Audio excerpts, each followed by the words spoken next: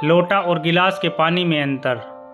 भारत में हजारों सालों की पानी पीने की जो सभ्यता है वो गिलास नहीं है। ये गिलास जो है विदेशी है, गिलास भारत का नहीं है। गिलास यूरोप से आया और यूरोप में पुर्तगाल से आया था। ये पुर्तगाली जब से भारत देश में घुसे थे तब से गिलास में हम फंस गए। गिलास अपना नहीं है, अपना लोटा है। और लोटा कभी भी एक रेखीय नहीं होता।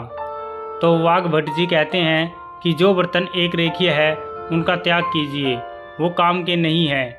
इसलिए गिलास का पानी पीना अच्छा नहीं माना जाता, लोटे का पानी पीना अच्छा माना जाता है। इस वीडियो में हम गिलास और लोटे के पानी पर चर्चा करेंगे और दोनों में अंतर बताएंगे। फ़र्क सीधा सा ये है कि आपको तो सबको पता ही है कि पानी को जहाँ धारण किया जाए उसमें वैसे ही गुण उसमें आते हैं। पानी के अपने कोई गुण नहीं है, जिसमें डाल दो उसी के गुण आ जाते हैं। दही में मिला दो तो छाछ बन गया तो वो दही के गुण ले लेगा, दूध में मिलाया तो दूध का गुण। लोटे में पानी अगर रखा तो बर्तन का गुण आएगा। अब लोटा गोल है तो वह उसी का गुण धारण कर लेगा। और अगर थोड़ा भी गणित आप समझते हैं तो हर गोल चीज़ का सरफेस टेंशन कम रहता है, क्योंकि सरफेस एरिया कम होता है तो सरफेस टेंशन कम होगा। तो सरफेस टेंशन कम है तो हर उस चीज़ का सरफेस टेंशन कम होगा। और स्वास्थ्य की दृष्टि से कम सरफेस टेंशन वाली चीज़ ही आपके लिए लाभदायक है। अगर ज़्यादा सरफेस टेंशन वाली चीज़ आप पिएंगे तो वह बहुत तकलीफ़ देने वाला है, क्योंकि उसमें शरीर को तकलीफ़ देने वाला एक्स्ट्रा प्रेशर आता है। गिलास और लोटे के पानी में अंतर। गिलास के पानी और लोटे के पानी में ज़मीन आसमान का अंतर है। इसी तरह कुएं का पानी, कुआं गोल है इसलिए सबसे अच्छा है। आपने थोड़े समय पहले देखा होगा कि सभी साधु संत कुएं का ही पानी पीते थे। न मिले तो प्यास सहन कर जाते हैं, जहाँ मिलेगा वहीं पिएंगे। वो कुएं का पानी इसलिए पीते हैं क्योंकि कुआं गोल है और उसका सरफेस एरिया कम है, सरफेस टेंशन कम है।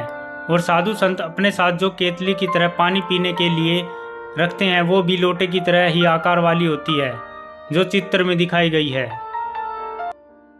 सरफेस टेंशन कम होने से पानी का एक गुण लंबे समय तक जीवित रहता है। पानी का सबसे बड़ा गुण है सफाई करना। अब वो गुण कैसे काम करता है वो आपको बताते हैं। आपकी बड़ी आंत है और छोटी आंत है। आप जानते हैं कि उसमें मेम्ब्रेन है और कचरा उसी में जाके फंसता है। पेट की सफाई के लिए इसको बाहर लाना पड़ता है। ये तभी संभव है जब कम सरफेस टेंशन वाला पानी आप पी रहे हों।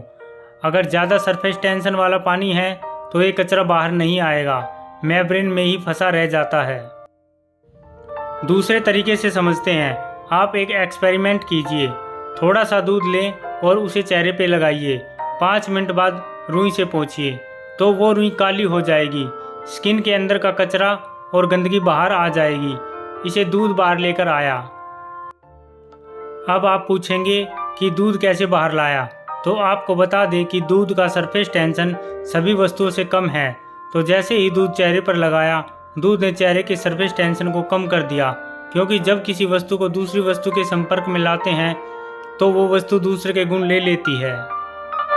इस एक्सपेरिमेंट में दूध ने स्किन का सरफेस टेंशन कम किया और त्वचा थोड़ी सी खुल गई, और त्वचा खुली तो अंदर का कचरा बाहर निकल गया। यही क्रिया लोटे का पानी पेट में करता है।